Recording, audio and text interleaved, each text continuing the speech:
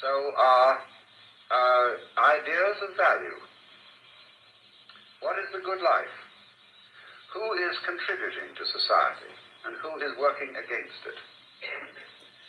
So you see, we were discussing this morning, among other things, the idea of survival. And that survival is a good thing. And to survive as long as possible is a very good thing. But that is a form of social institution. It is something we have come to agree about. It isn't necessarily true in the sense that, shall I say, the French language is not a truer language than the English. But so long as people agree to speak a certain language, they can communicate. And they've decided that communication is a good thing. So any language that makes communication possible is a good language. And in a way, the more people who agree about it, the better. But it is a matter of agreement. You see, same way, the lines of latitude and longitude are conventions. They don't exist. You can't tie up packages with the equator. But it's a very useful idea. And so in the same way, the ways in which we have shaped the constellations, that we all agree that the stars called the Big Dipper look something like a dipper.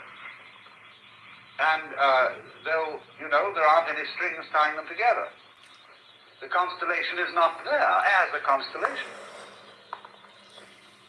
So in a sense, we project our institutions onto the world in rather the same way that psychiatric patients project images onto a Rorschach blot. And what interests the psychiatrist is what sort of images this person produces. That tells him something about the person. In the same way, our social institutions tell us something about people. When we see some very exquisite pattern, we look at it and say, isn't that wonderful? Isn't that intelligent looking? I wonder who did it. Because we associate all intelligence with a who.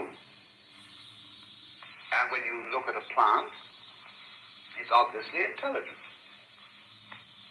Its shape, its rhythm, all its wonderful tubes inside, its complex relationship to bees and birds, and to the surrounding atmosphere and light. This is a very intelligent affair. Now, in just the same way, we are related to the external world, as plants are, in amazingly complicated ways. By and large, we don't know it. Because the aspect of our consciousness with which we notice things is very limited. It notices what it calls facts, things and events, and pinpoints them, it pulls them out as significant. You see, when you remember coming here, and what you saw and who was here, you only remember very tiny bits of the whole scene. New Mexico and Ciudad Juárez, You Chihuahua. will not remember what very many people wore, You unless you happen to be interested in clothes. make a big impact on our lives. You won't really remember how they did their hair, what their styles were, unless you are peculiarly Marketing interested in leads hairstyles. shouldn't lead to a dead end. You probably won't notice their shoes at all. And goodness knows what else. What's going on, guys, and welcome to Rabbit's Used Cars. Literally, But when under certain a dark circumstances, our consciousness becomes expanded, as come up with this plan, you need to pursue it. you begin to become aware of things that you don't notice. One of the most important things that we don't notice is space. Most people regard space as nothing. It's just a void in which we move around. But actually, space is terribly important. It has properties. We are all something happening in space in rather the same way that a whirlpool occurs in water. Space has terms in it. It has ripples in it. It has places where it's denser than at other places. And this is all becoming clear in physics. but it's certainly not impinged upon the consciousness of the average intelligent person. There is no manifestation of energy without space. Also, we can drag in time, but I don't want to make it complicated. I want to make this little image as simple as possible so as to understand the importance of space. That is to say, of the surroundings of things, of the background. And the background is ignored in ordinary consciousness. But in mystical consciousness, the background becomes important.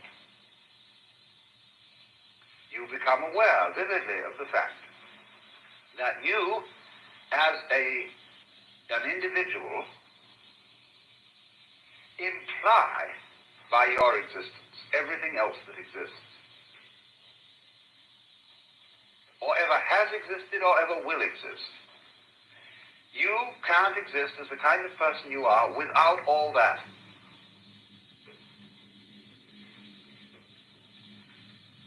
Now that's the secret to the connection between you and the cosmos.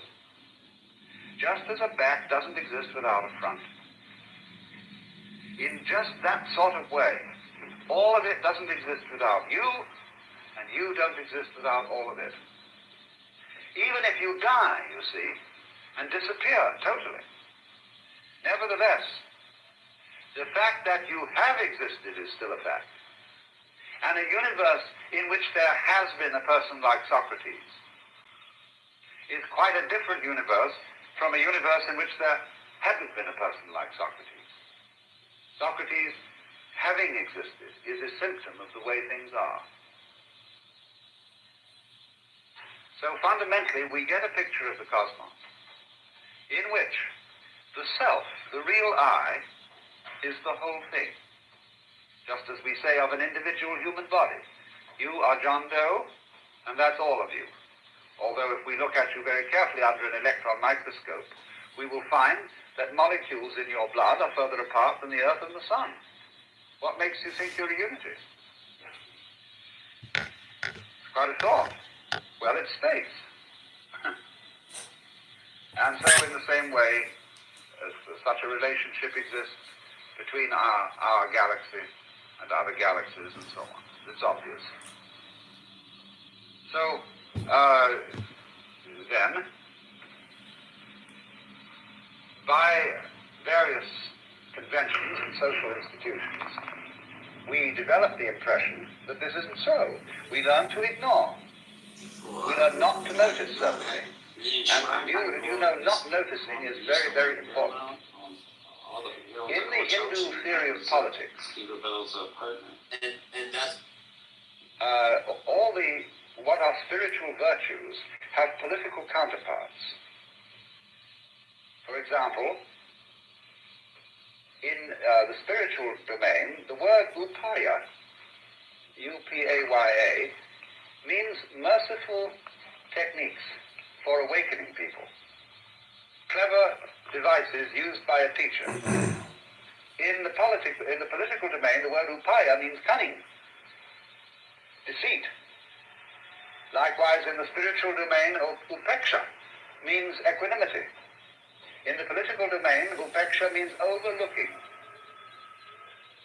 When, for example, the boss of a big concern finds that one of his employees is taking out a little bit of the petty cash, now he figures out, is this man worth it? Are his services really worth it? And shall I merely ignore the fact that he's doing this? That would be upeksha. Now, in our whole society, we do an enormous amount of upeksha. The things we overlook.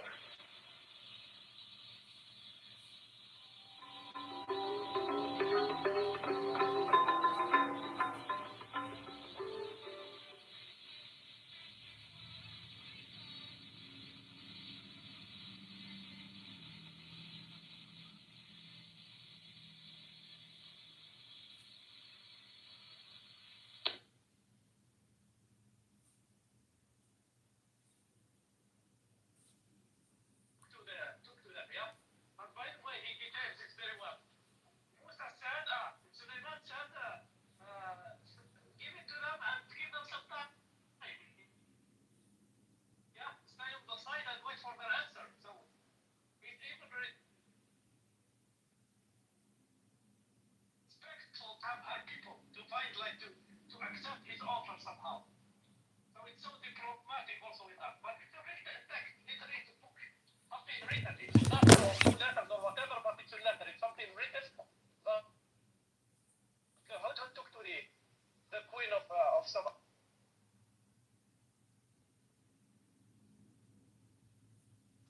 Yeah, but when the book is being described by her, she said, وَإِنَّهُ كِتَابٌ كَرِيمٌ. Also, when she reads from it, she reads, وَإِنَّهُ مِنْ سُلَيْمَانَ وَإِنَّهُ بِسْمِ اللَّهِ الرَّحْمَنِ الرَّحِيمِ. So it's a كِتَابٌ كَرِيم, and she reads from it. She said it's from Sulaiman, and it's in the name of Allah, Ar-Rahman Ar-Rahim. So this is a great significance to this book. So it could have very much been scripture, I think. Also, like he said, وَأَلْقِ إِلَيْهِمْ فَتَوَلَّ عَنْهُمْ وَانظُرْ. It's like he said, give them a moment, give them a while, maybe that while. What are you guys trying to do? Order shawarma and falafel or something? Yeah, please place your order with logical, yeah? Logic, searcher, Muhammad Mahad. Can I get two shawarma, one chicken, one beef, and French fries and falafel?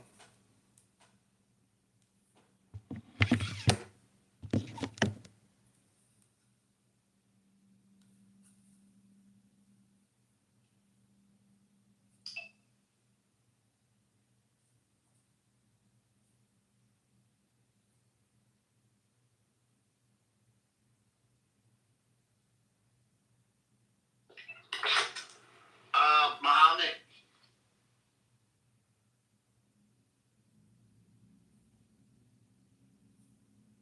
Problem. But whatever. We'll talk about it later. Okay, well, did I do something wrong to you? I mean, obviously. What did I do? Obviously angry, but what kind of question is that? Yeah, I don't get it. In a condescending tone. It's not. This is so troll right now. No, it's not. I promise you, it's not. Okay, so then what is it? I'm comfortable with everyone in the room. I don't care. It's not about you. It's about how Maybe you said something, right? Yeah, I don't know. Yeah, this is giving me weird vibes. Olivia, what happened? I kicked somebody from the room yesterday, and they went and asked Brock about it, and then Brock said all this bullshit. Like, Brock, pretend like you don't know, okay? That's all. Bro, what did you do that? I hate to inform you this, but I don't know if you know Brock that well, but he's really stupid. So how can you get angry at a stupid person? That's why I'm like, it's like back and forth, because like it's like sometimes I feel like I can't tell him things, but then he does like dumb shit like this, and he gets drunk. So It's dumb shit like this. Welcome to Brock's life. Welcome to Brock's world. I've been removed from 4 rooms already this morning, and I don't know why. You see, it's a you problem, Brock. It sounds like you're on a freaking like cycle. Like you cycle through this like you have a like personality change, and I feel like it's happening right now. You got removed like from at least one room today, Brock, because you like came in. People were Billy, shut the fuck No, up. I did come in. Y'all had a room that was Shut like up, super Brock. religious. Billy. Aziz was in there. I don't like Aziz, to be Yeah, honest. but it's not your room. Well, so if I you don't know, like but that's Aziz, all then right. don't come in. Okay, well, I just let that be known. Yeah, but it's like you come in and everybody can hear your I background. like Aziz, but he contradicts himself. Like, So that's not for you to come and disrupt. I know, but you're a nice moderator. You are. Like, you're a really good moderator, Nat. I love you. I do. Brock, look, I don't mind it when you look. I don't mind if you come into rooms and you're drunk and it's just like a couple of people. I don't care. It's not that. I know, but listen. Hold on. I'm not saying Okay, negative Abu, way. let's hear it. I'm not saying this in a negative way, bro. But sometimes. Okay, because I got an opinion for you too, Abu. I'm next. I don't know. I Sometimes don't you're enjoy drunk it. like that. Yeah, he goes to his. Go ahead, Abu. You do realize though that this is still a you problem. This isn't necessarily a Brock problem, right? Because Brock is never gonna change. He's full retard. Yeah, full retard. Yeah, you never go full retard. That's so sad. You need to stop drinking, Brock.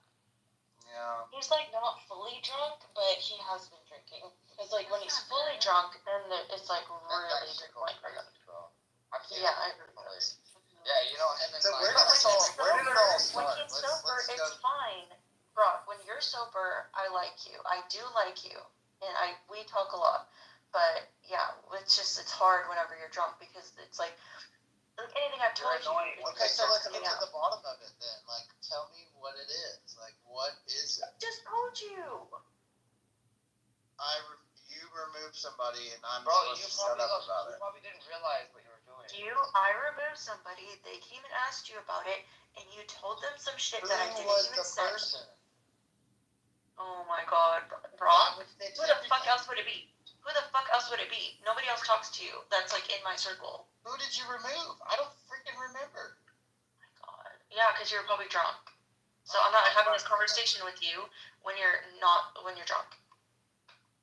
Oh my god. So sober. I mean, I hope you realize Brock does not give a fuck that you're upset right now. I hope you know that. I hope you feel that. I hope you fully understand that Brock is an incompetent, immature child. If you don't give a fuck, then you're fucking safe.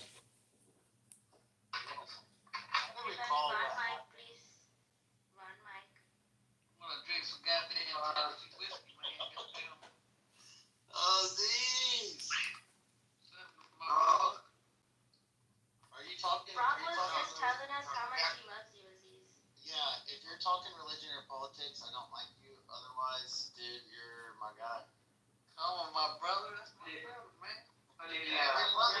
Get this to rap. Yeah.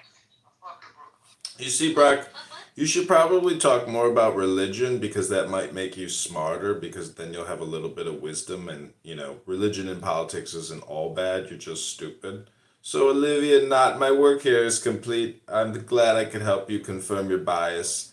Take care now, everyone, and have a fabulous Sunday. I'm out of here.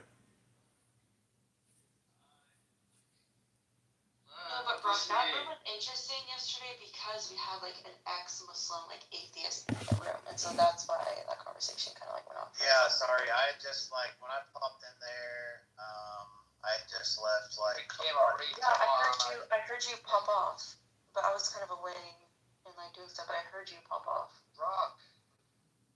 Yes. You're a nice guy, bro, but you can't do that sometimes, bro. I know, man. I'll tell you the rooms. I'll tell you the rooms that you can pop off and say stupid shit, and the ones you can't. How about that? Well, I do apologize. I'm a good guy, man. You gotta get your take. I came in a little hot. Yeah, I know, but dude, you're in like a million rooms where you say messed up shit, so it's okay. Like everybody says things sometimes. Damn, I don't say anything that's messed up in there. I don't love work. Well, no, you contradict yourself a lot, but I'm not going there. What do you mean I Aziz, contradict can I myself? ask if someone listens to like your chats that are in the hallway? Do you get a notification that someone listened to the chat? Yes. No, I don't think Yes you do, and but no. you do? Okay. No, but like if you go back to your chat, If it'll you go say back- like people Yeah, that. that's what I was gonna say. I mean, You this go is Oh, my so nicest if way. you go back to it, it'll show that more people had listened to it. Right. Okay, that's fine. Goddamn Muslim. Because I can't lie, I went through like so many chats in the hallway, and I was like, wait, what if these people think I'm creepy that I like listened to a chat from 256 days ago? Like, Aziz reminds me of Nora in the sense that like he's really passionate. He's like the Middle Eastern version of Nora. And it's a cool spot, man. You got the ocean on the one side, and then you got the sound on the other side. There's I don't know, tons of different tourist shit to do. I like it for the kite surfing.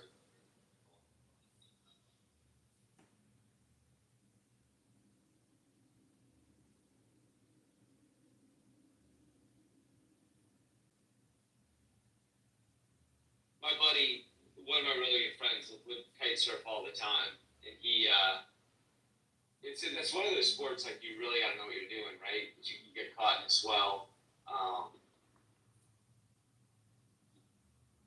Is it how much training did you have to go through to learn it? so much. It's probably not worth learning. I mean, he was telling me horror stories of like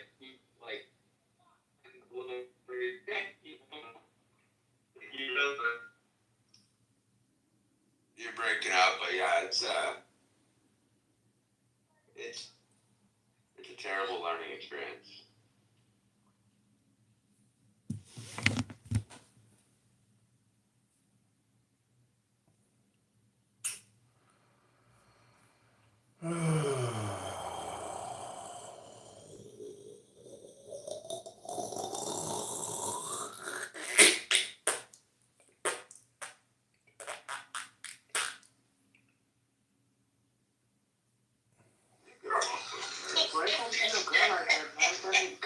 What do you mean? That my girl.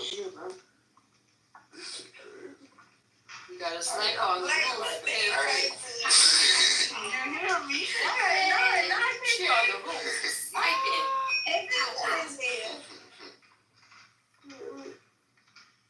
I don't know what that is.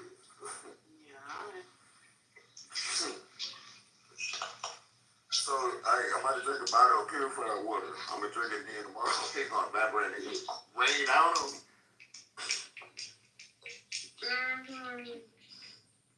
We already know what type of Shut up, man. Let's not play. Yeah, stop playing with her. Exactly what she said. Yeah. I don't like to repeat myself. Me? It is what it is. That's what it is. You my love. You don't got. I don't worry about that. I ain't gotta worry about that. But you can have your fun. Whoa. Hey yo, Kill. Tucker. I thought we was talking about the stars and the moons and shit. What's going on?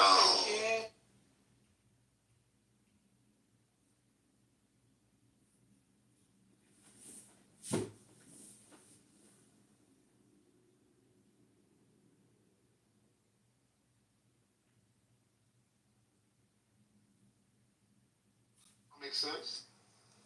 I mean, some people just want to get their shit off, and I don't know. I guess sometimes having an expectation of things going well in the music field leads a lot of people to disappointment.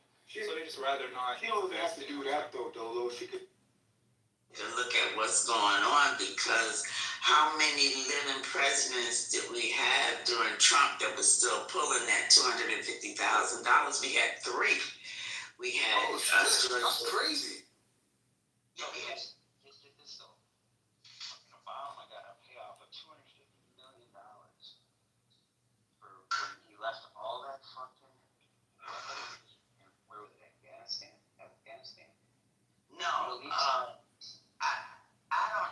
I don't know if it was Obama or. Yeah, it was Obama. He's the one that left all the shit there. He made money off of that. He left it. What are you talking about? Joe Biden was the president when they abandoned ship in Afghanistan. I thought it was Iran. I thought it was. I don't know where it was. It was somewhere in the Middle East, but Yeah, it was all Iran. he left all our weaponry there. Right. Yeah, that's called Afghanistan. After they caught Saddam Hussein, He left it as a payoff. right, that's when they pulled out and they left all of that equipment right there in Iran. And Iraq ran and they got it. Yeah, they paid Obama for it, right? Right. For $280 million. Yeah.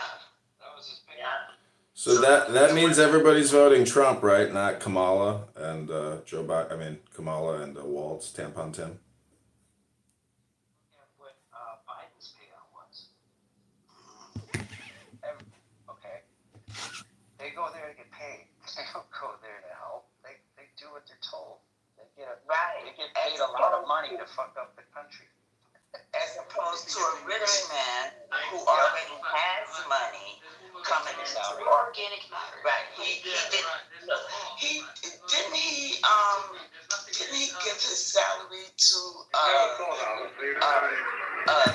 groups. He donated. He was convinced, you see, that in a boy's life, a association with women is weakening to the character. And that's why boys are sent away to be in the company of men. Get them out of those womanish ways and make them tough, you see. Now, if you're playing society by that sort of game rule, and you want men to be soldiers, and so they'll be happy with each other with no women around, and you want to be explorers and all that sort of thing, then you will say that kind of education produces good results. But you see, we're living in a world where soldiers are becoming obsolete. They're just becoming a menace and a danger. And we've got to be very careful that we only breed a few of them. Just like bees have these problems of how many of this type of worker and so on to breed. And we have this as a very serious problem. And it's changing rapidly. It's changing so rapidly that we're in considerable doubt as to what kind of human characters are advantageous to have. You see, there are circumstances in which people who simply conform and cooperate are a damn nuisance. Because they don't get any new ideas. And what we needed was new ideas. And we needed people with the courage of their convictions. There are other circumstances where we've got enough ideas. And people with new ideas, this makes it complicated. I have a psychiatrist I met recently on my travels. Said, I don't know if I'm going to come to your seminar. We'd had a conversation, got on rather amusingly. He said it would be a terrible, terrible problem for me to get any new ideas. He said I would have to reorganize my entire operation.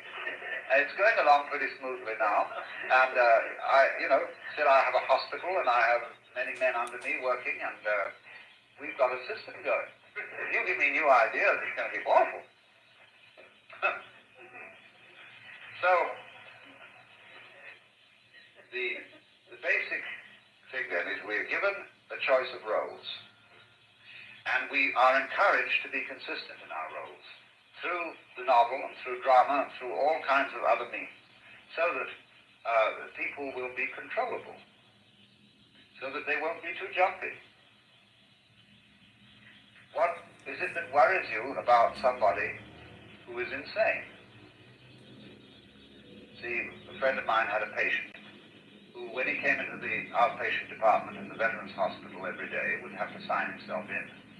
And on the roster where you signed yourself in, there was a place for your occupation. But he changed his occupation every day. And one day, when my friend received the card, that he signed as he comes in, he said, "Oh, I see you're the mailman today." He said, "Yep, and I'm married to a mailbag."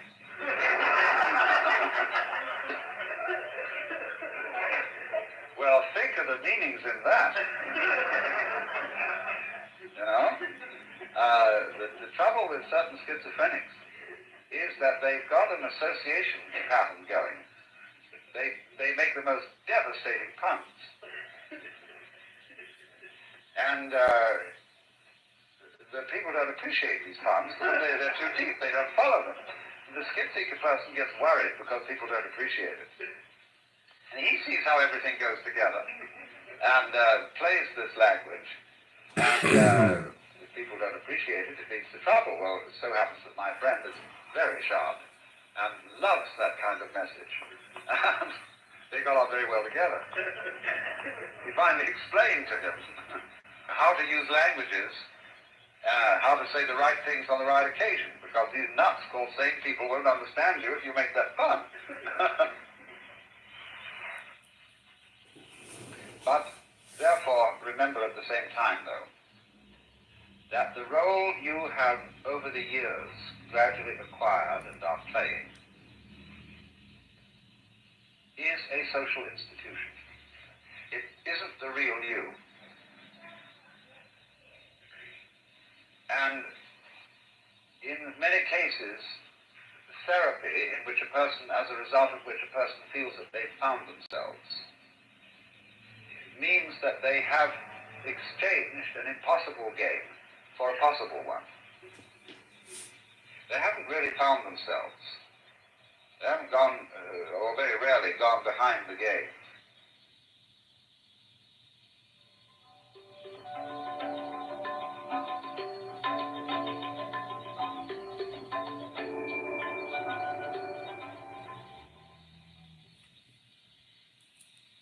So you see, we like a game that teases us, that is comprehensible but not too comprehensible.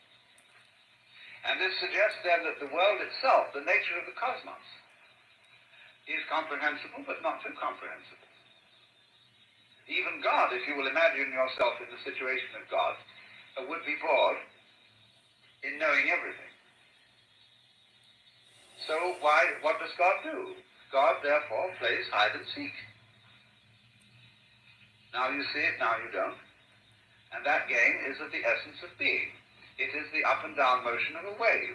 The crest of the wave is now you see it. The trough of the wave is now you don't. And the whole of existence is waves, is undulations, is vibrations. So, there it is.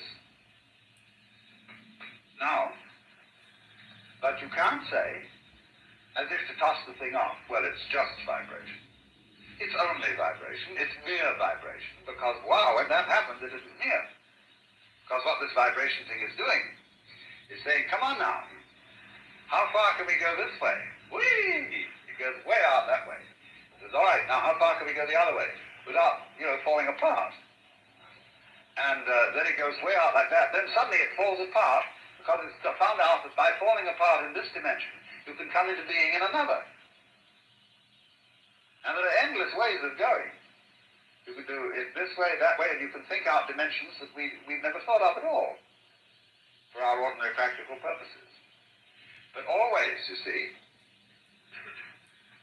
to be in this way implies not to be in another way, and not to be in that way implies to be in that way. So don't worry. The whole point of the thing is, however, now watch this is terribly important. The whole point of the thing is worked out so that nobody, even God, is going to be too sure. Because if the moment there is total certainty, there is no life. Being has ceased at the moment when it's all white and no black. It's all clear and nothing obscure. At that moment, you see, it stops. But what we call existence, life, all those things, is a pulsation which involves a constant uncertainty. It always involves the second philosophical question, are we going to make it? And there are people, you see, like philosophers and sages and whatnot, who say yes. Don't be afraid. You're going to make it, but it's always going to feel as if you weren't. But that's the fun, you see. That's all children love to take risks. They like going roaring around in hot rods or on those skateboards and things like that. It's terribly dangerous. But that courting of danger is life. Till it's calling it the courage to be. So when we get older, we think, oh Lord, for heaven's sakes. I just celebrated my 50th birthday, and I realized I've made it through half a century, and I can't make out whether I'm just getting older or getting wiser. I mean, I do think, the nature has certain merciful processes in it, and that it, for example, for a person in extreme pain, the pain can be converted into ecstasy. A person who is starving can begin to feel way out. And the same way as you get older, maybe you do in a funny way get wiser and feel more at peace with yourself. You've accepted yourself with all your limitations, and you begin to understand more and more your connection with the total cosmos. And that as you approach death and you vanish, so what? You're going to come back again as somebody else. And maybe as many other people at the same time. And that'll be great. Only you'll always think you're one. Only one. Because that's the element of the unknown. That's the thrill. That's the joke in the thing. So then, the way of putting the emphasis on the mechanical aspect of things, the mechanical way of understanding, do not confuse that with the truth. It is simply a way, a fashion in philosophy. See, philosophy has fashions in exactly the same way as clothing does. And in the academic world is riddled with fashion. After all, what a lot of people are doing when they come on in the academic world with a great to-do about how cautious they are, how rigorous, how solemn all this is, what they're really doing is they're saying, by going through these rituals and writing these learned contributions to journals, I'm really saying I'm a very sound and reliable person. That's the signal, the message I'm giving you. I mean, he can be writing about something of absolutely no practical consequence whatsoever. Some amusing game about Sanskrit calligraphy in the 15th century. Fine, you know, that's fine to study that. And you come on with such a very way about it. But now we've got a curious thing going in our culture where we're playing this game which we caught from the original God the Father, because he was very serious. He meant you to know when he was around. My God, he was around. Boy, don't you dare laugh or anything like that. And now, you see, we've got the reflection of a type of adult ruler here who's very insecure. On the other hand, there's no earthly reason whatsoever why a creative, responsible, loving human being should have to put on this act about being grave. See, what is it? Our men in this culture are possessed by looking like clergymen. And to go around wearing black and things like that, and it's terrible. Why not break out? Enjoy color, delight, and so on. Because people are afraid if they wear too many colors. Do you know what the real reason is? Somebody will shoot you. You can be seen. You don't disappear into the landscape.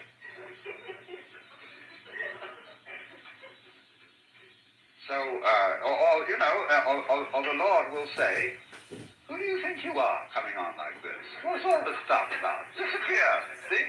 You annoy me. You're too colorful. You don't. You won't be wiped out for that reason. There's plenty of other reasons nowadays, but not that one. So, it is important for us to recover from myths which constantly bug us, they constantly annoy inside, that you have to watch out. Of course, some corporations are arranged so that you do. You work across the street, IBM, they require you to look as ordinary as possible, because that would make them nervous if you didn't. Things that aren't ordinary can't be thought of in terms of punch cards. Everybody soon will go around wearing a notice on them. Do not fold, spindle, or mutilate.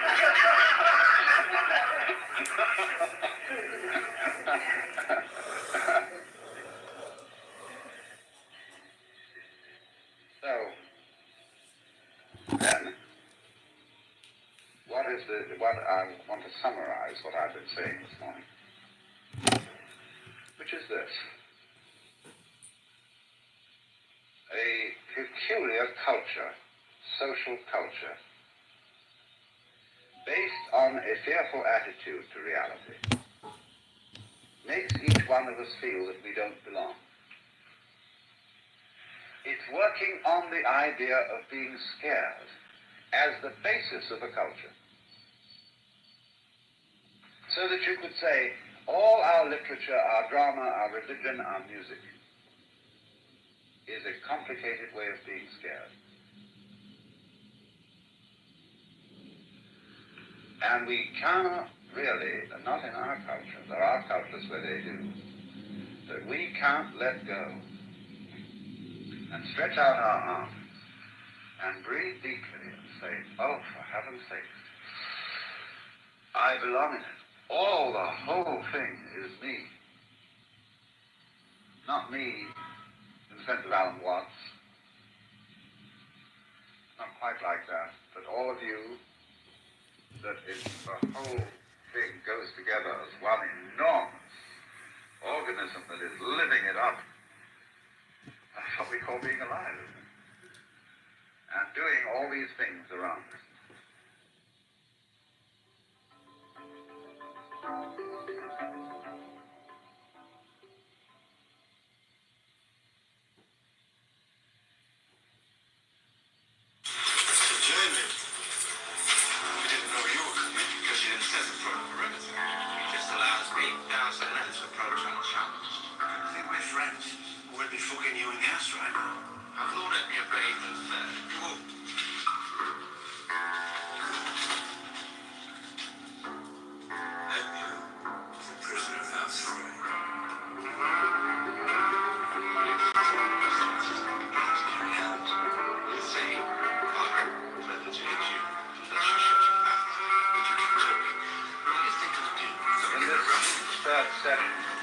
Let me start by briefly summarizing what has happened up to this point. We have been studying the ways in which our sense of existence, personal identity, is influenced by social factors. In the first session, I described the two great myths of the nature of man and the universe, which have dominated Western society. The Judeo-Christian myth, first of all, of our existence as being the creation of a cosmic king, who is the foundation of being, who is reality itself, but to whom we are related as a sovereign and judge, and who therefore keeps us in a chronic state of guilt. This particular myth became so highly uncomfortable that it had to be abandoned by most intelligent people. And in the 18th and 19th centuries, they substituted for it another myth, which is the myth of a purely mechanical universe, which is unintelligent, unfeeling, unseeing, the total opposite of the one they had before, and in which we can live without being judged, but nevertheless with a fundamental sense of futility.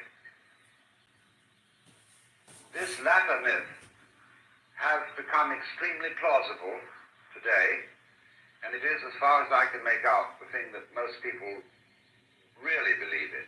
So you can always test what people believe in by what they do. I'm highly suspicious of most Christians, because I don't think they believe it at all. They'd be screaming in the streets if they did. They'd be terribly earnest. They'd have the most hair-raising television programs on the fate and destiny of man if they took this thing seriously, but they don't.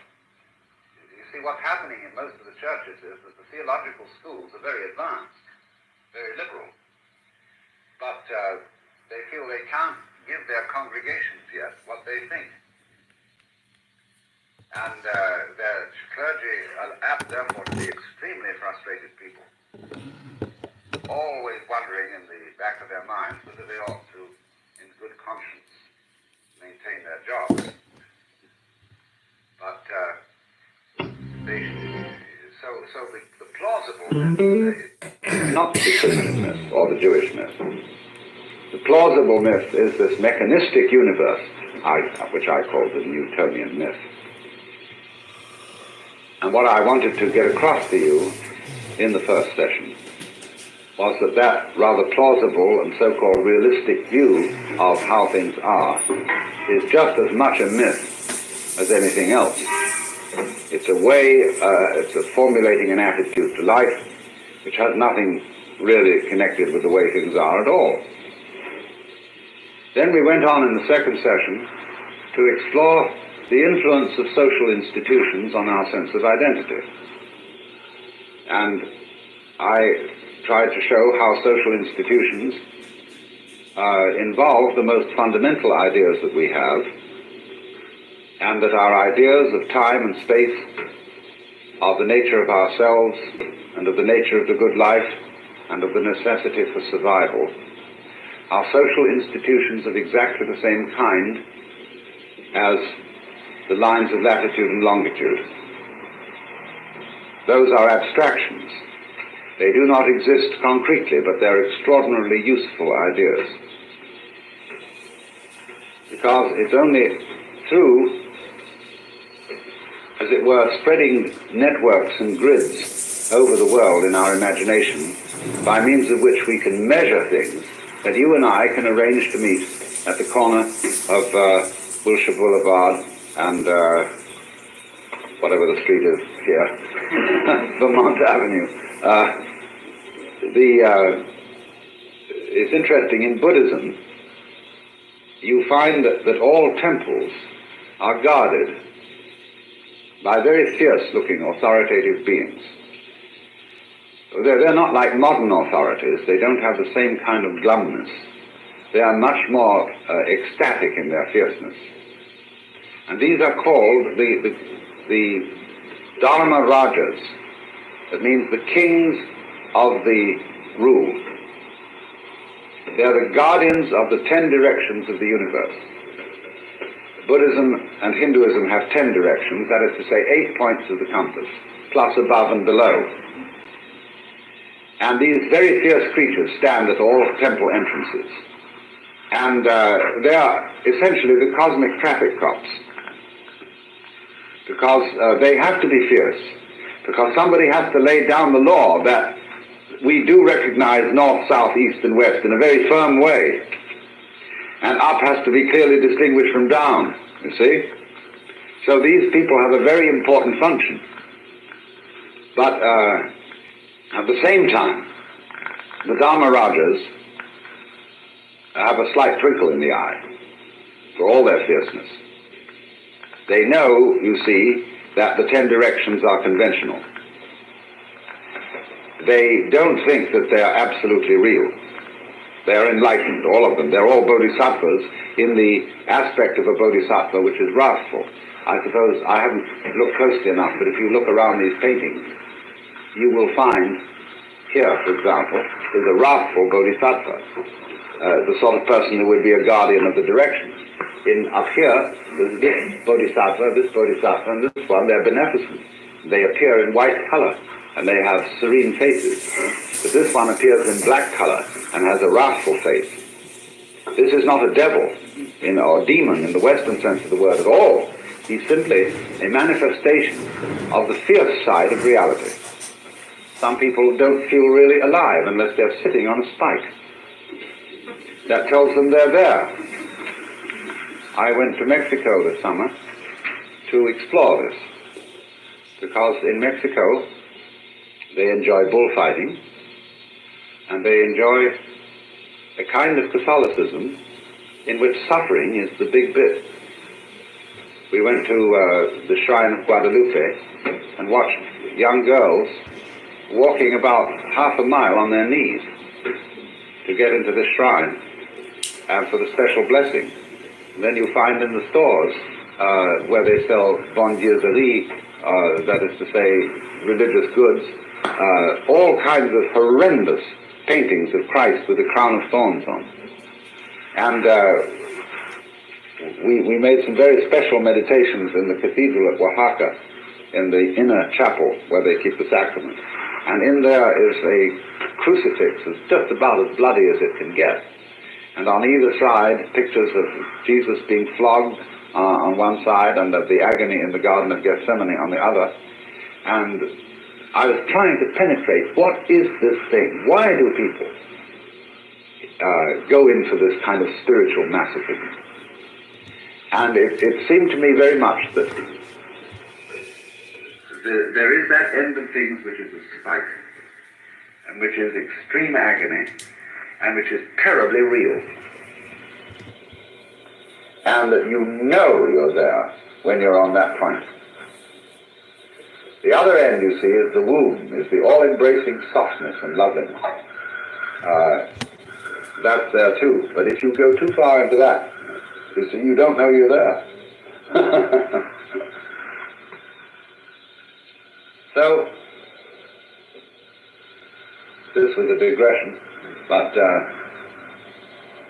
it is in terms then of our various social institutions that we formulate directions, structures, maps, weights and measures in our Rorschach block universe. Although, you see, let me re-emphasize this point that I made in both former lectures. This is not exactly our projection on the universe. Many of you probably read a book called The Pathetic Fallacy, which is a discussion of the way men have in past times attributed human feelings and emotions to nature. The wind is sorrowful, and the moon is serene, and the sun is joyous. And the whole theme of 19th century philosophy was that this is not true. The sun is not joyous. The wind does not sigh. It's you who sigh. But that's not quite true. Because a sighing human being is only possible in a universe where there is wind. A joyous human being is possible only in the place where there's a sun. All these things that are called the external world are part and parcel of your whole mental existence. And so we borrow from the sun. We say so-and-so has a sunny disposition. So-and-so is a lunatic, oddly influenced by the moon. All our language is full of references to our external environment, simply because our external environment is one with us. That's why in ancient times, and some people today, feel that you can draw the picture of a human being's soul by drawing a diagram of the arrangement of the universe as it was at the time when he was born. See, that's the art of astrology. Now, I personally think that modern astrology is pretty phony, because it is an archaic way of thinking about these problems, in rather the same way that Paracelsus's idea of medicine was primitive as compared with modern medicine. Nobody has ever seriously thought out an up-to-date astrology. That is because the whole idea of astrology has been out of fashion among the more vigorous intellects for several hundred years. But the idea of it is in principle correct, that your soul is not inside your body.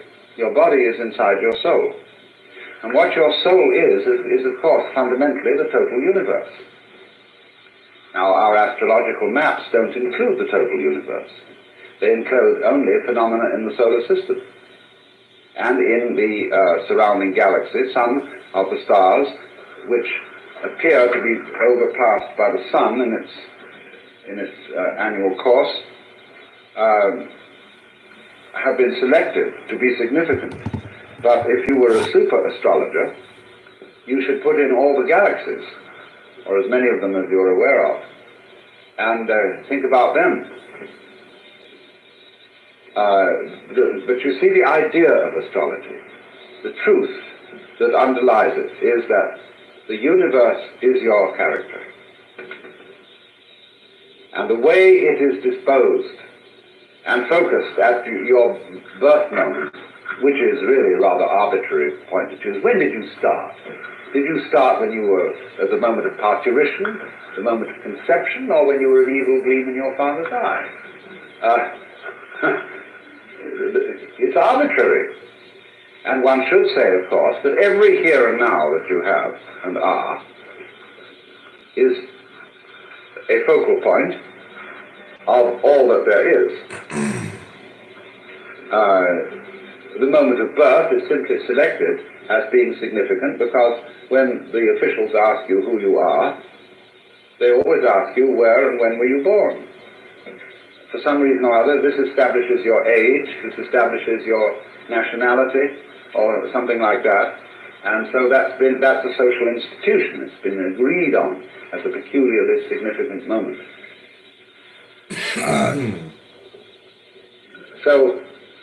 But all moments, fundamentally, are just as significant as the moment of birth. You have a birthday every day, if you understand it aright. So, there is a tacit conspiracy in society to ignore the fact that the body is inside the mind or the soul, and that you're therefore playing the game of being a creature separate from everything else, all alone, locked up inside a bag of skin, and worrying like all get out whether you're going to make it, and being frustrated by the ultimate knowledge that you're not. That we all, because we are time binders, we know we're going to die, and that we'll eventually collapse, and that we'll get colder and colder and colder, and it will be most unpleasant, and then we'll fade out. But because we've got our minds turned inside out, you see, we've got our identity, our center of gravity in the wrong spot, then this worries us a great deal. But with that worry, we do all kinds of magic. If people didn't worry about dying, there would be no medicine. The whole craft of the physician and the surgeon and all the skills and marvelous things that it involves is based on worry about death. There are children born occasionally who can't be boxed into the scheme. And very often the so-called Mongolian idiot, or a child who is schizophrenic for some reason from birth, can't be made to be afraid of death. And some of those children just are sharing everything for all it's worth. They see a light on a reflecting surface like that, and they dig that light. They go, you know, and everybody says, now come to yourself, behave. They don't care. If they come to an end, that'll be great too. They'll be fascinated with that experience. It doesn't matter what it is. They have no discrimination. They'll eat anything, put anything up their noses. They have absolutely no sense of what you should do and what you shouldn't do. The trouble is, you see, that if they had an understanding of the game that the rest of us are playing, they could get on very well, knowing their different game, and put the two together. And that's what I'm talking to you about. The trouble with them is that they don't understand our game. But that's the trouble with them from our point of view. Do you see that all decisions as to who is crazy are a question of majority vote as to what is reality? And that sometimes it's touch and go. You see, look, reality is what it is according to the kind of senses you have. Since in this room almost everybody's eyes are of the same structure, we are here and we agree. Everybody's ears and auditory nervous systems are of the same pattern, so we can all converse. Now, if a fly comes into our presence, he has an eye of a very different structure from ours. A fly, apparently, because of the multiplicity of lenses, sees the surrounding world from a considerably different number of points of view.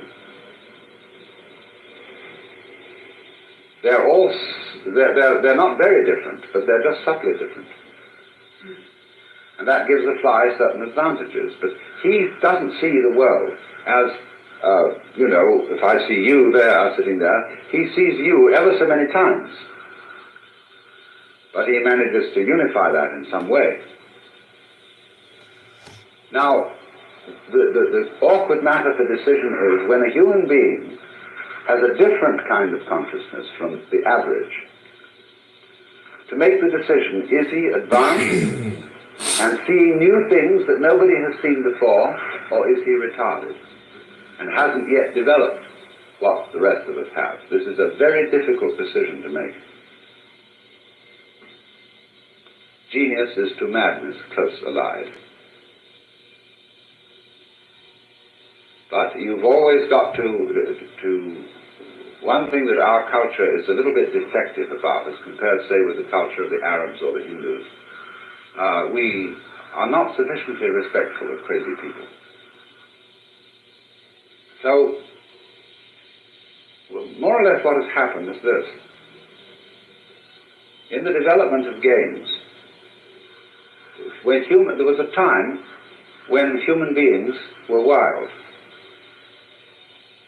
And that's what we call, in modern anthropological jargon, they lived in hunting cultures. They didn't live in any fixed place. And they roved and they hunted. They killed other creatures to live. Now, in a hunting culture, every male member of the culture knows all of the culture. They don't have a division of labor. Every man is a master of quite a number of skills, and naturally every woman knows all her side of the thing. They're not fixed. The religion of a hunting culture is shamanism. Now, a shaman is a liberated man who gets his liberation by going into the forests alone. The Indian cultures of the United States, especially in the West, are to a very large extent cultures of this kind. And their religion is a form of shamanism, and shamanism is a universal religion, spreads over the whole world. Mircea Eliade has written a marvelous book on shamanism. But the essential thing of the shaman is that he becomes liberated from even this loose sort of a culture by going off by himself. And naturally, the highly socialized people have a terror of solitude, because in solitude, the awesome facts are slowly going to appear. First of all, the triviality of your role game. And then deeper and deeper in you get, until at last, one night, all alone and cold under the stars, you find out who you are. That's what every shaman does. And then he comes back into the world, in those kind of societies, as a magic man. But when human societies become agrarian and become settled, they divide labor. And they put a stockade around themselves at the crossing of two roads. All cities are fundamentally that. Where two roads cross, and the cross is encircled with a pale. Pale, palo, tree, trunks spiked on top. And you say of somebody who isn't really at all nice that he's beyond the pale. You see, so we settled that way. And then what we did was we divided the functions of labor into the four quarters encircled but a city. And we made 4 castes. The first was priests, lords spiritual. The second was officials, soldiers and rulers, lords temporal. The third was merchants, and or the commoners. So the House of Commons in England is really a merchants' debating society. And finally, in the lesser of the quarters, the laborers, the workers. These are the 4 castes of Hinduism: the priests, Brahmana; the officials, Kshatriya; the merchants, Vaishya; and the laborers, Shudra.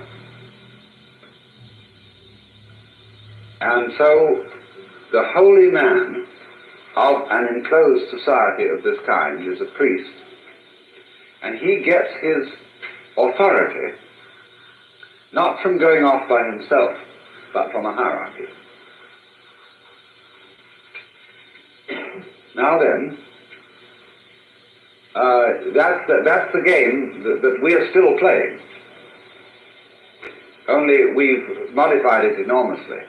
We're not living any longer in walled cities, but we have different kinds of walls. We have the dew line, the radar belts, and all that kind of thing. It's still essentially the same game, but it's been spread out in the most extraordinary way. And we have become so absorbed in this game that we don't have quite the same sense that our primitive ancestors had of there being an outside to the game.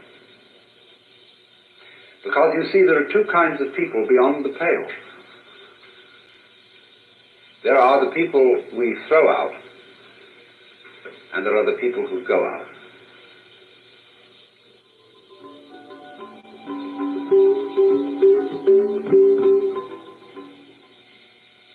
The outlaw who's a criminal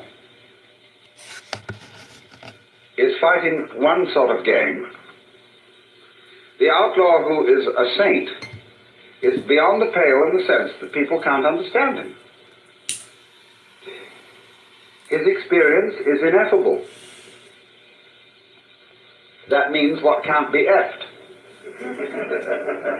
or spoken. From the Greek phene.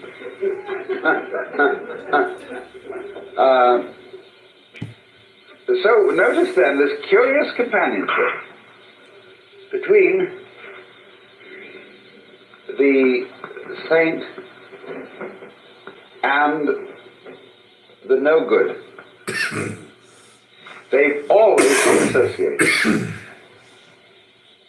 And it's a very odd thing. Jesus, as we know, sought out as his friends the disreputable people in the community.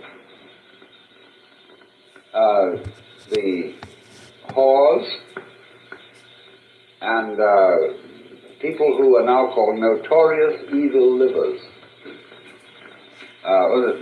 I say not now, but they were. In the prayer book of the Episcopal Church, there's a passage about notorious evil livers who should not be admitted to communion. But you see, the funny, odd, queer thing is that it is precisely the notorious evil livers that people like Jesus cultivated. Because they were interesting. Because there is something in people like that that is manurish, feisty, that somehow cultivates a new thing. As the book of the Revelation says, because thou art neither hot nor cold, but lukewarm, I will spew thee out of my mouth. You cannot pretend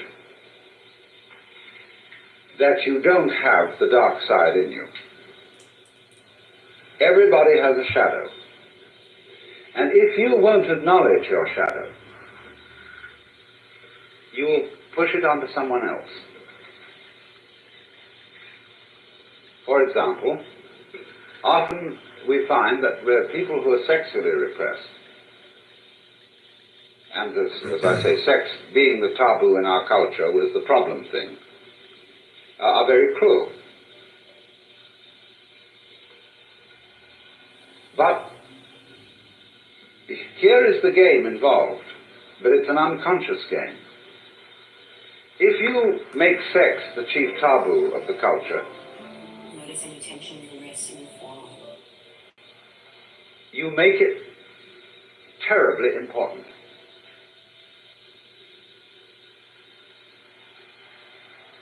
I've said that Christianity is the religion about sex. I mean, we think there are sexual religions like Priapism, which is phallic worship, or Tantric Yoga, which uses sexual intercourse as a form of meditation. But compared with Christianity, these are things only mildly interested in sex. Christians are utterly obsessed with sex. And today, the function of the churches is primarily to be family and sexual regulation organizations. That's about the only thing they do.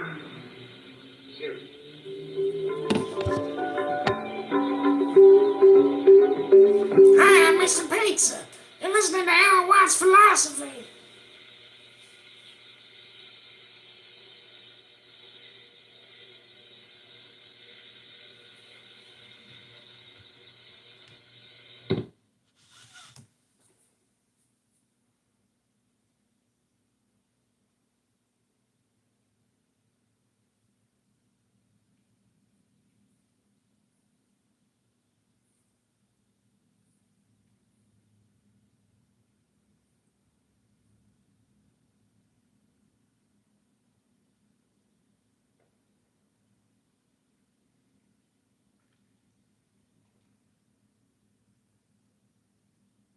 I was literally almost half asleep when I left the room running in the background, and when it came to that point about talking who owns money to who and how is this possible, as I had to come off mic and get up and connect my headset and come and talk about this for a second. The people that we all are in debt to, all of us, not only Australians, Americans, Africans, European, are the sinister people up the top that they manage to, exactly like you said, switcheroo things around to make it sound like America owes money to China, China owes money to Japan, Japan owes money to Canada, you know what I mean?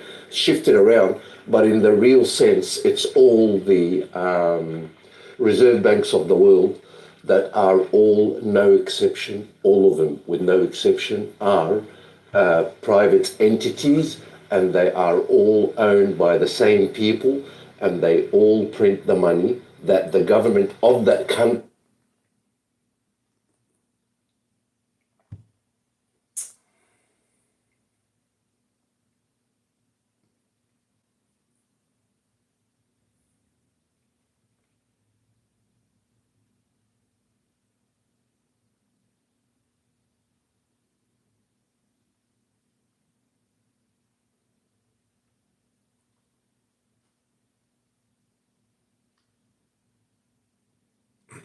Okay, this is JDS.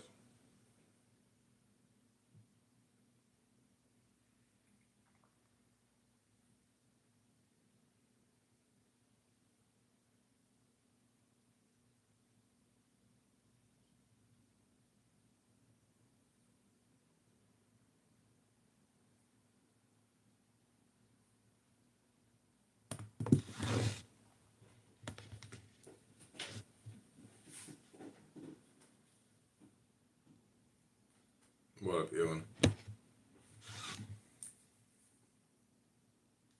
This room is called JDS. I would love it if you and your wife could moderate it with me. Because JDS is technically a word virus, meaning that people who go on and on about the Jews running the banks and society and genocide, etc., they are opportunity costing their own salvation and personal wellness. So that's my main complaint against JDS people, that they're sacrificing themselves for their ridiculous psychological dilemma, aka conspiracy theory, and projection. Because what they're doing when they think about JDS or what they spew as propaganda is their mind reaching into a bucket of shit in the sky, and then they draw down their bullshit and spray their feces all over your face, your ears, and your brain when you listen to their stupidity. So this is JDS, and this is your friend, Adrian Dittman, wishing you a Shavua Tov, a blessed Sunday. God bless. Health, wealth, love. Neurolinguistic programming. That was amazing. No, Sarah can't come into the room and moderate because she is doing a newborn baby, but in the future, I'm sure she'd be down. Oh, Mazel Tov. Congratulations. When's the Moyle coming?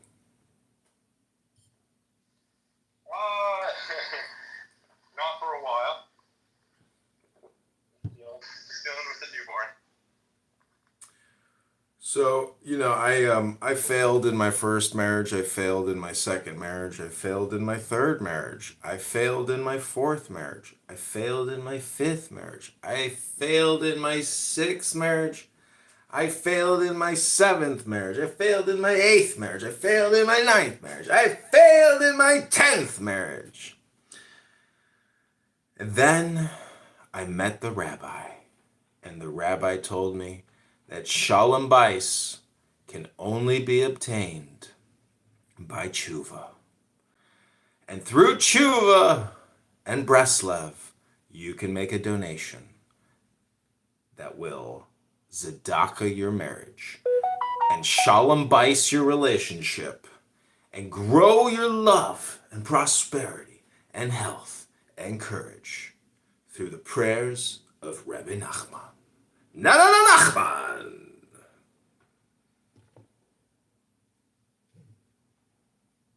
Sorry, man. I don't have Venmo. We don't have Venmo in the UK. It's a joke, my friend. It's a joke. Do you know who? Oh, no, I make it a joke as well. Oh, good. Do you know? But do you know Reb Nachman? No,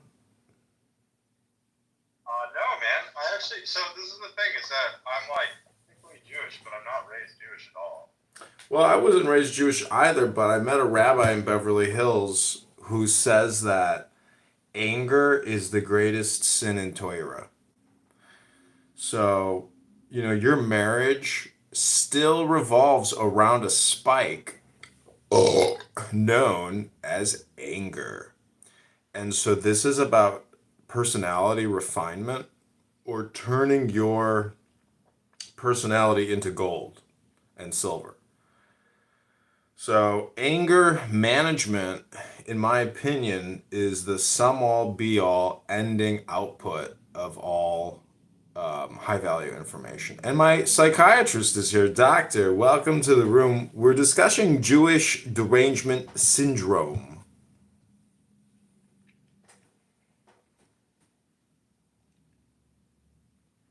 Welcome, Ishmael. We're discussing Jewish derangement syndrome. Thank you for coming. This is your friend, Adrian Dittman, and God bless you all. Shavua Tov, and may you have a blessed Sunday. Health, wealth, love, peace of mind, and happiness and strength.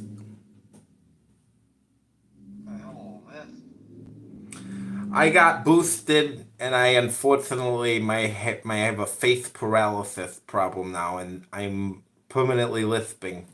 Oh, Thorin, if I create a room called JDS, look who comes.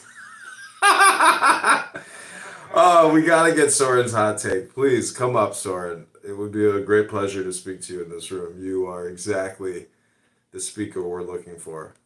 You're the peak pike. You're the far end of the spectrum. Ishmael, I don't know, do you want to... Of Jewish masculinity. Ishmael, are you available to speak? I'd love to say hello to you. I was going to tell Ishmael that, your business, you have the opportunity to become a very successful businessman. And, Again?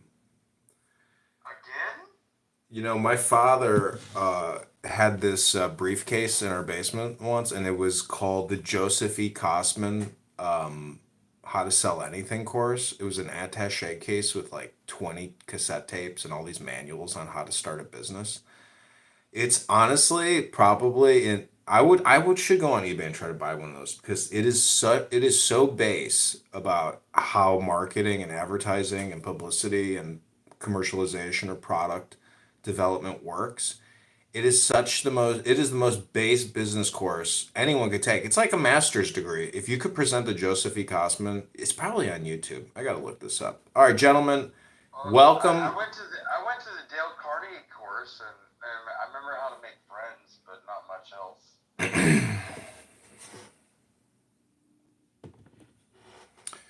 So the point about this room is, content really, in my opinion, is the new product. So JDS or Jewish Derangement Syndrome or psychological reconditioning to help people get happy again, and live in the now and have joy and stop with their dialectic because it must be exhausting to have JDS. I mean, Soren is the perfect example of someone who, if we were to look at his transcripts and his word counts and even his heat map on which words he says the most, Soren is either professionally employed or he has what we call JDS. If you haven't monetized your JDS, Soren, and you are not an IRGC shill and you're actually not getting some kind of compensation, let me tell you, Soren, you have a psychological problem. And we're here as your advisors to help cure once and for all your JDS. I present to you Dr. and Ishmael. Ishmael, welcome to the room. Shavua Tov. How is your Sunday? This is the other thing. There's only 3 things I want everyone to remember in this room and repeat after me. Breakfast, lunch, dinner. Breakfast, lunch, dinner. BLD. BLD. Breakfast, lunch, dinner. Okay, everybody repeat after me. Breakfast. Lunch. Dinner. Beer. So BLD is the new password, okay? If you want to go to the inner sanctuary, you have to say the 3 magic words, BLD, breakfast, lunch, dinner. And this is what that means, is when you're having breakfast, does lunch or dinner exist? And when you're having lunch, does breakfast or dinner exist? And then when you have dinner, does breakfast and lunch exist? Meaning, No, the question is, when you drink 30 beers a day like I do, what is breakfast, lunch, and dinner? If you're drinking, 30... well, that's what we call... It's liquid bread. That's the Miller High Life. Oh, JDS, my JDS patients are coming in for the day. Welcome, everyone. Soren and Rabbi, please come up. I mean, I consider my psychological consulting services to be invaluable to JDS patients. Oh, you don't want to come up? Okay. Anyways, doctor, as you were saying about Miller High Life, I've been putting orange juice in my roofer's here. Yeah, I got my roof being taken care of. All right, so You need to figure out how to fix your bottom. oh, you're saying I'm a top? No, it sounds like you're, indiscriminately between. No, that's called thought projection. Ishmael, do you think you suffer from JDS? Because yesterday you said you wanted to be a Christian yesterday, and I was kind of shocked when I heard that. I almost felt as if you were baiting me to say congratulations, because I wouldn't congratulate you for being anything other than your authentic self, which is Jewish. I didn't say I want to be Christian. I said Christianity makes sense. Oh, I see. Like, the thing for me, like, I grew up a Christian. I went to a Bible service one time, and there was this group of people. They called themselves the Jews for Jesus, and they had this whole hour and a half long little thing that they had put together, and they were talking about I don't know what ceremony it is. I think it's Easter Easter or Christmas. I think it's Easter. But the kids, the parents will take an unleavened piece of bread, which is like a cracker, and they'll break it in a cloth and they'll hide it throughout the house. And then the kids go and find it and they bring it back and they get rewards. Yeah, What that's is that?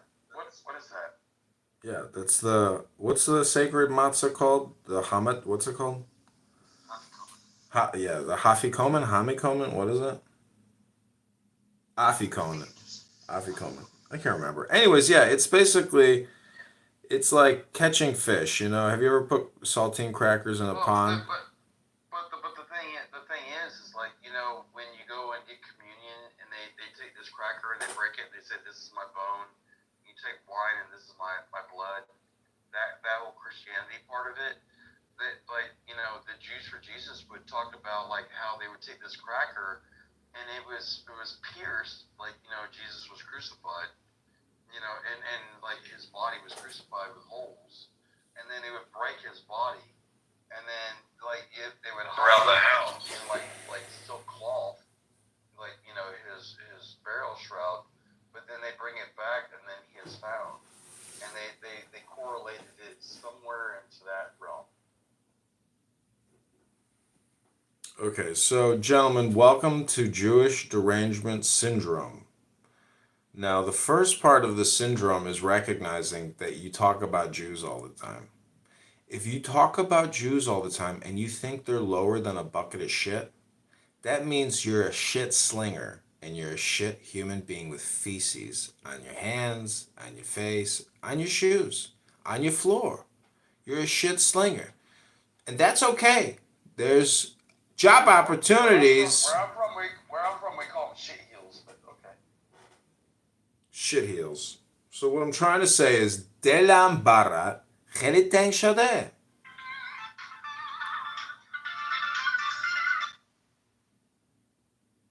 Hey, what's up, man? What's up?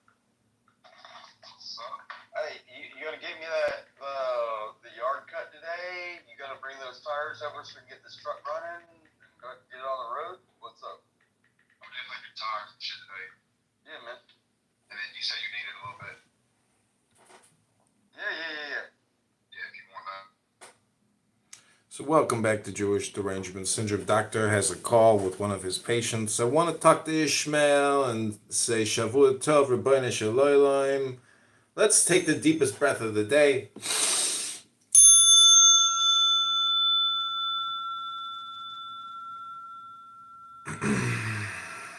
Let's say JDS, go away. We're sick of talking to people with JDS. It's actually on the reverse end of the people that talk with all these people. They're almost as neurotic, in my opinion. Slightly less neurotic because I agree with them politically, but nonetheless, the fact that they can go on for months and years talking to the same people, saying the same shit, reviewing the same recurring news events, and they're not progressing financially, physically, psychologically, intellectually, academically. So my main complaint is that people refuse success. They refuse change.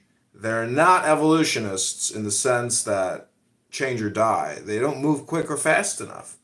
I think they're all neurotic. That's just my analysis from someone who's generally considered by people to be crazy, insane, or neurotic, which I find ironic that they project and cast onto me their own neuroticism and complain about me when all I'm really trying to do is troll them into enlightenment. Welcome back to JDS. It's September 1st, 2024, 9:12 p.m. CST with Adrian Dittman and Ishmael the Gorilla.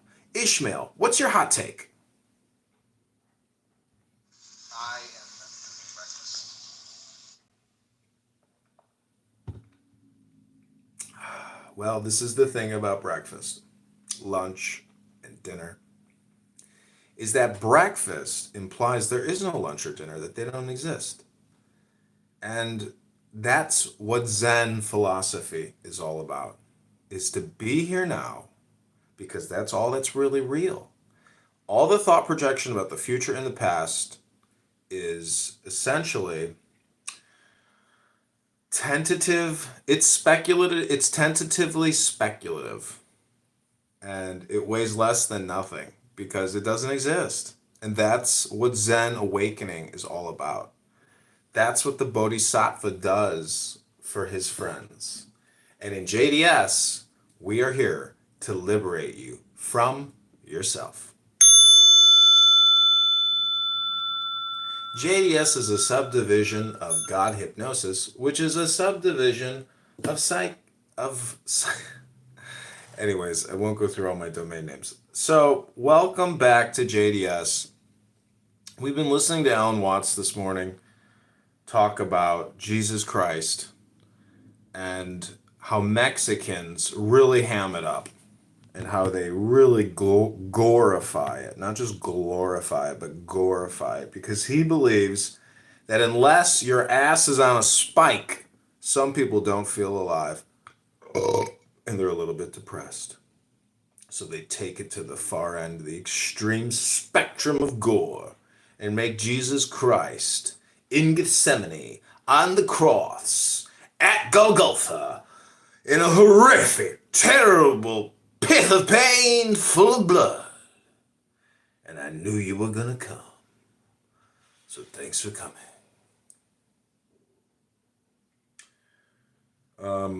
I really encourage you to get that YouTube channel going, Ishmael, and to start creating clips under a nom de plume. If you want a burner phone, the C.G. Jung Institute of Chicago will gladly send you one for research purposes. Oh, my doctor's back. Welcome back, doctor. Got the whole way hooked up. Nah, my boy, I'm sorry, I didn't mean to talk about the tires and all that shit, but I got my boy's truck sitting on my lift, and we've been doing like brakes and tires and getting it running for him so he can do his lawn business with it. That's what's up. Yeah.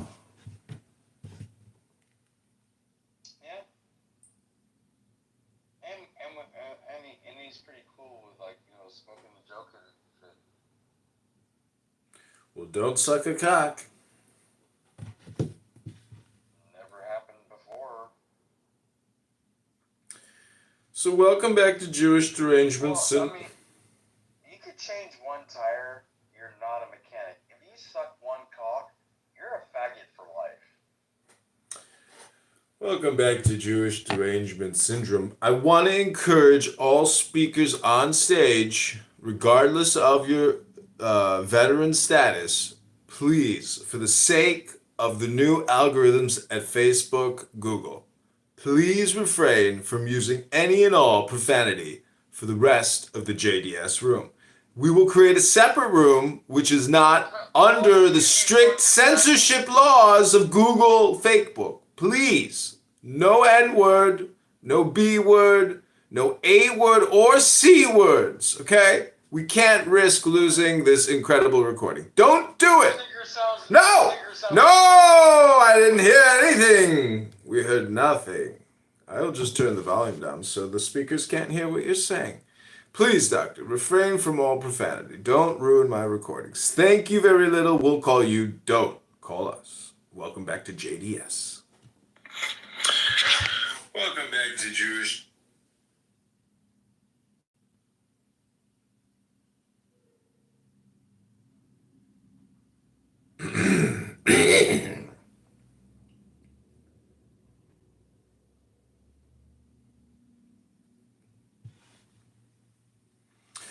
I'd just like to encourage all the speakers to invite people to the room. Hit that little plus button. Let's take the deepest breath of the JDS day. Hold it for 10 seconds.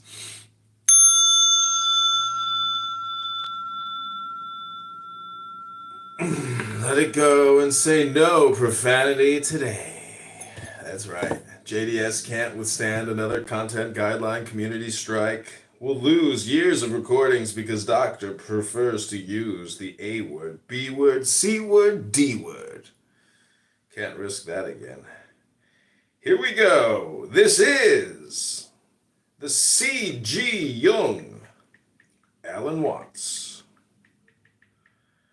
Ram Dass,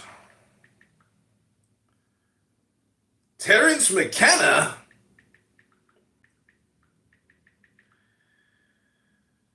microdosing, psychotherapeutic hypnosis for self-actualization.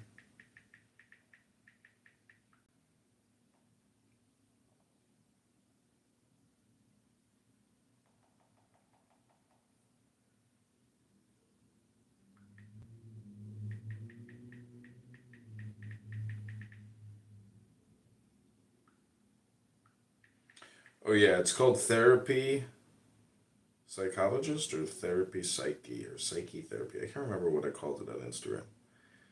Okay, that's uploading to YouTube. Welcome back to JDS. Are you suffering from JDS? Is tomorrow available to speak?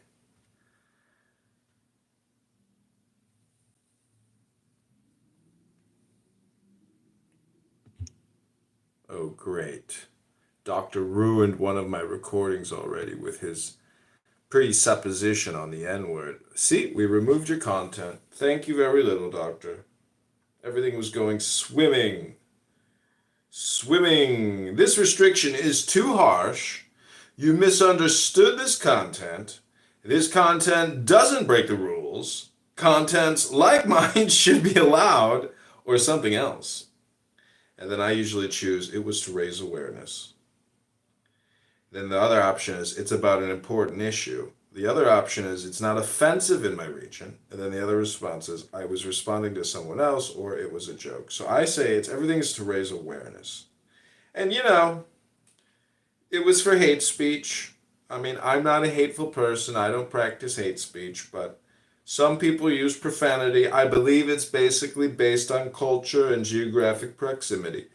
And we can't be held liable for what other people say on platforms that we don't own, or that we cross-stream, or record without permission on. It's not our problem. So welcome back to JDS. We're here with Ishmael and my psychiatrist, Dr. Brian Sellers, a veteran of Iraq, a Purple Heart recipient, an overall genius, and a heck of a guy, and I'm proud to call him my friend. Ladies and gentlemen, I give you Brian Sellers.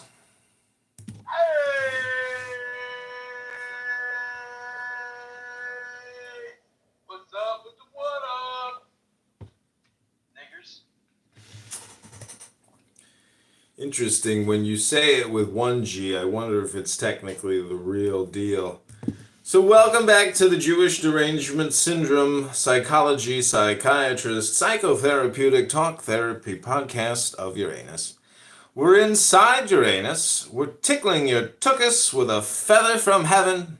And I'm so glad you came. And I hope you come again.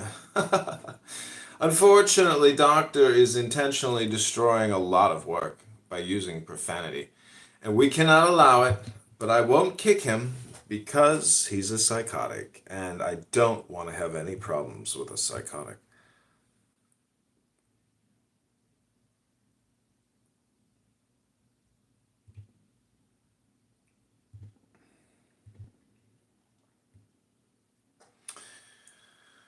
Oh, my father says that the Book of Revelation is not referring to Kamala Harris when it talks about the purple-suited woman in her pearls drinking the flames of Babylon down her tuchus. I guess my dad's not that bad of a guy. I had this thought today that, like, if I died in Afghanistan, my dad would, like, have a frame of me with, like, my uniform up on the wall, and he'd be like, you know, he'd be so proud of my frame on the wall with my dead corpse in Arlington or something, like, oh, you know, so patriotic. And then I'm like in heaven being like, Dad, I'd rather be alive than on your wall. And, you know, so just FYI, everything I did was for me to stay alive. You can't win wars by dying. You win wars by watching the enemy die. Welcome, your love. Welcome, tomorrow. You're a star. I don't know if you want to come up and say anything. So welcome back to Jewish Derangement Syndrome, the #1 clown house, anti-toxic, healthy debates room where we talk about people's psychological problems and not politics or religion or what you're having for breakfast. Because, it's 9:23, and if you don't have breakfast by 10 a.m., it's over. Does breakfast technically end at 10 a.m. or 11 a.m.? Or does it end when McDonald's says it ends? I think that's probably the real definition. I don't know. That's just me. So welcome back to JDS, where we are conditioning you like Pavlovian dogs. And every time we say breakfast, lunch, dinner, you respond like a dog. Isn't that right? Let's hear you bark.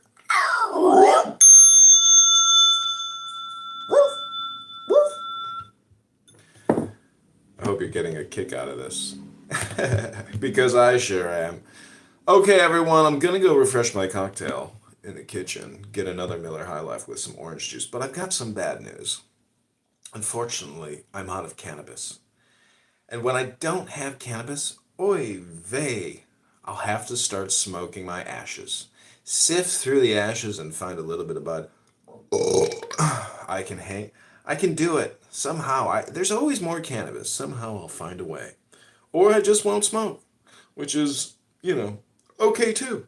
And that's what every alcoholic and cannabis user and cigarette smoker doesn't realize, is that when you breathe the air and you just pretend you're smoking a cigarette, it's like smoking a cigarette, because what you're really doing is breathing.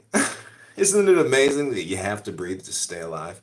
Also, don't forget that you can drink water on the rocks. That is actually a cocktail, because when you drink water, you're just drinking. But when you drink it on the rocks, you can pretend it's a cocktail. It's not vodka. It's water. Have you heard of it? The planet's full of this stuff, and you can drink it for free. Anyways, welcome back to JDS. This is your host, Adrian Dittman. It's September 1st, 2024, 9:25 p.m. CST. And I just want to ask you to explore yourself. Go within. It's okay. Some people say going within is selfishness, narcissism. I say it's self-preservation. And, the biggest room on this stupid app is called Preservation of the Human Race, which I have been trolling for quite a long time. But the point about the preservation of the human race, it starts with yourself. If you can't preserve yourself, you can't preserve the human race. So be that magic Michael Jackson in the mirror and wipe away your JDS tears. Welcome back to JDS. Ishmael, Doctor, take it away.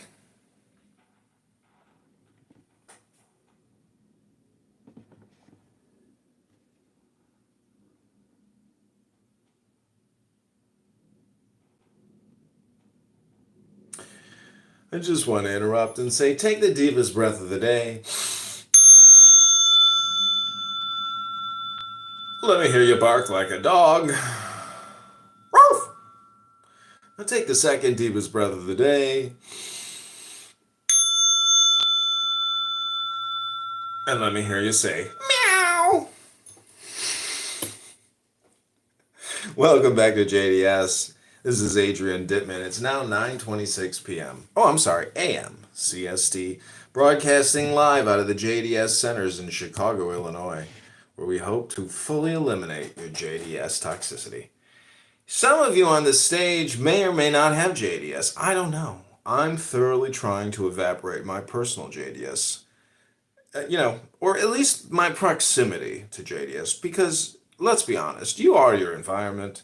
And if all you do is listen to JDS all day long, well, you know what? You think you can invert it out, but you can't. Last night, I had a conversation with a couple of National Socialists on this app that were desecrating the memories of Treblinka, of Auschwitz. And they were talking about Howard Irving, a white supremacist neo-Nazi who lived most of his life in Germany as a British man and researched Adolf Hitler. And I just gotta say that, these people have very toxic JDS. But they even have TDS, they've got all kinds of S's. Anyways, the big thing is that they're complainers. And complainers don't get laid. Complainers don't win softball games. Oh, hi, I'm Kapar. Welcome to the room. This is Jewish Derangement Syndrome.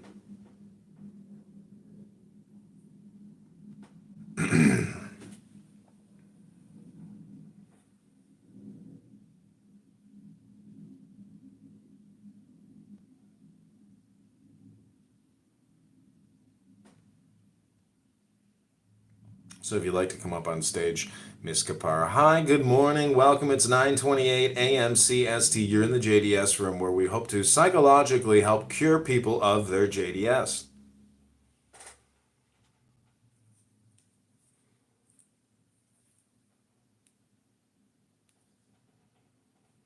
If you have a pink ticket, please cash in your pink ticket. Follow the Adrian Dittman House, and God bless. Welcome and happy Sunday, everyone. Shavua Tov.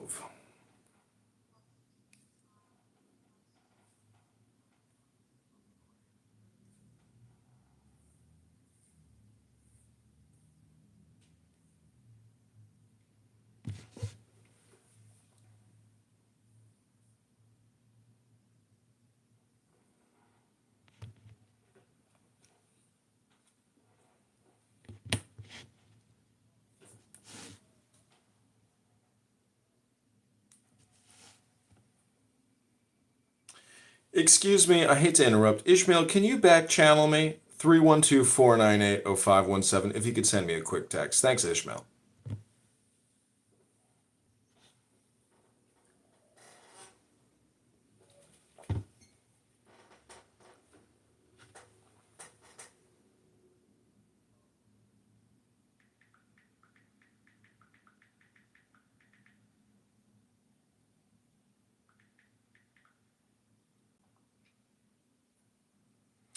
Okay, everyone, we're going to go to commercial break. Thanks for coming to the JDS room. Don't forget to vote Kamala Harris and get your 4th booster this season. This message is sponsored by Pfizer, Moderna, and J&J. Thanks for coming. We knew you were going to come, and we hope you come again. Oh, dear Lord. You made many, many poor people. I realize, of course, it's no shame to be poor. But it's no great honor either.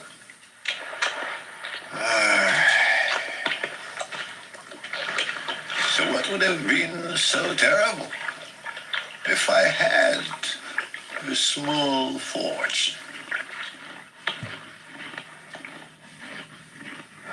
If I were a rich man,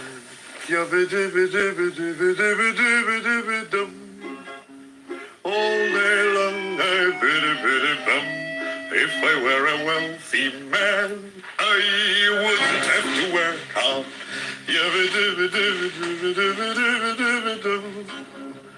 If I were a biddy-biddy-rich, idle man, I'd build a big tall house with the rooms by the dozen, right in the middle of the town. A fine tin roof with the real wooden floors below. There would be one long staircase just going up, and one even longer coming down, and one more leading nowhere just for show. I'd fill my yard with the chicks and turkeys and geese and ducks for the town to see and hear, squawking just as noisily as they can. And each lovely will land like a trumpet on the ear, as if to say, here lives a wealthy man.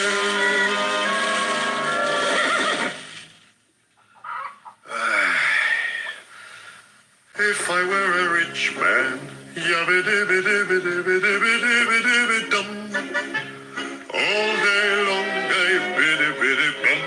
If I were a wealthy man, I wouldn't have to work hard. Yabba-dibba-dibba-dibba-dibba-dibba-dibba-dum. If I were a biddy-biddy rich, idle-diddle-diddle-diddle man,